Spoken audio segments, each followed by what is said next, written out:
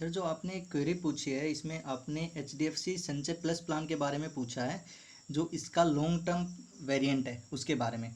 इसमें आप कह रहे हैं कि अगर किसी की एज 50 साल है और वो 10 साल वाली पॉलिसी ले रहा है, 10 साल प्रीमियम पे करेगा और 11वें साल उसको गैप रख के 12वें साल से उसको पेमेंट मिलनी स्टार्ट होगी, जिसमें आपने प्रीमियम अमाउंट बताया है 50,000 रुपये।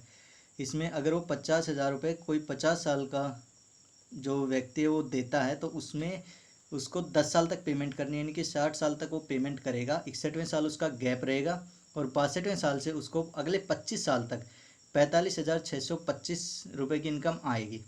तो आपने इसमें पूछा है कि अगर हम 62 साल से उसको इनकम मिलनी स्टार्ट होगी और 25 साल तक उसको मिलेगी तो उसकी जो एज होगी वो 87 हो जाएगी, जबकि आपका कहना है कि जो मेच्योरिटी एज है वो 73 मैक्सिमम है।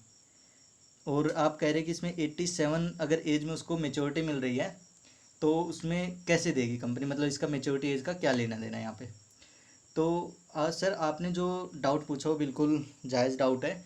इसमें एक्चुअली क्या है कि आप हमें ये देखना होगा कि जो यहाँ पे पॉलिसी में बताया गया है, पॉलिसी में एक्चुअली मेच्योरिटी टर्म और मेच्योरिटी टर्म के साथ साथ मेच्योरिटी एज, इन दोनों में डिफरेंस क्या है। एक्चुअली यहाँ पे जो मेच्योरिटी एज है वो मेच्योरिटी एज जैसे कि हम आम पॉलिसी में देखते हैं उसमें क्या होता है कि मेच्योरिटी एज जो रहती है हमारी, वो मेच्योरिटी एज हमारी जब तक हमें पॉलिसी का बेनिफिट मिलता है तब तक रहती है। लेकिन हमें वहाँ पे ये भी रहता है कि जो मेच्योरिटी एज होती है ना, उस मेच्योरिटी एज को मानते हैं पॉलिसी टर्म के इक्विवेलेंट।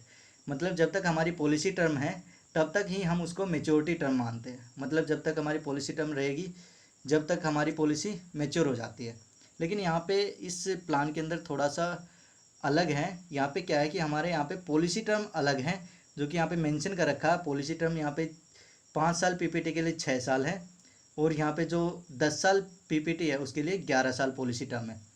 तो एक्चुअली जो ये मेच्योरिटी एज, जो मैक्सिमम मेच्योरिटी एज बता रखी है, वो यहाँ पे मैक्सिमम मेच्योरिटी एज वो काउंट होती है हमारे पॉलिसी टर्म के अकॉर्डिंग। बाकी के प्लान में भी जो ये चीज़ है ये पॉलिसी टर्म के अकॉर्डिंग ही डिसाइड होती है। लेकिन वहाँ पे क्या होता है कि वहाँ पे पॉलिसी टर्म का मतलब वही है कि जब तक हमें पॉलिसी के बेनिफिट मिलेंगे। लेकिन यहाँ पे पॉलिसी टर्म खत्म होने के बाद भी पॉलिसी के बेनिफिट मिलते रहते हैं। सेम ऐसे ही यहाँ पे संपूर्ण समृद्धि प्लस प्लान भी है एक, उसमें भी सेम यही चीज़ है कि उसमें 100th ईयर तक हमें बेनिफिट मिलता है। लेकिन जो पॉलिसी टर्म है वो कम की है, मतलब वो जो जितने भी हम साल तक पॉलिसी टर्म रखना चाहते हैं वो वहीं तब तक की है। लेकिन वहाँ पे मैक्सिमम एज वहाँ पे भी डिसाइड कर रखी है, लेकिन उसका मतलब ये नहीं है कि वहाँ पे 100 साल तक की है मैक्सिमम एज। इसी सेम ऐसे ही इसी प्लान में भी यही है कि यहाँ पे मैक्सिमम मेच्योरिटी एज का मतलब है कि जैसे ही उसने पॉलिसी ली है और जो पॉलिसी टर्म है उसके वहाँ पे जो 71 है वो मैक्सिमम एज है।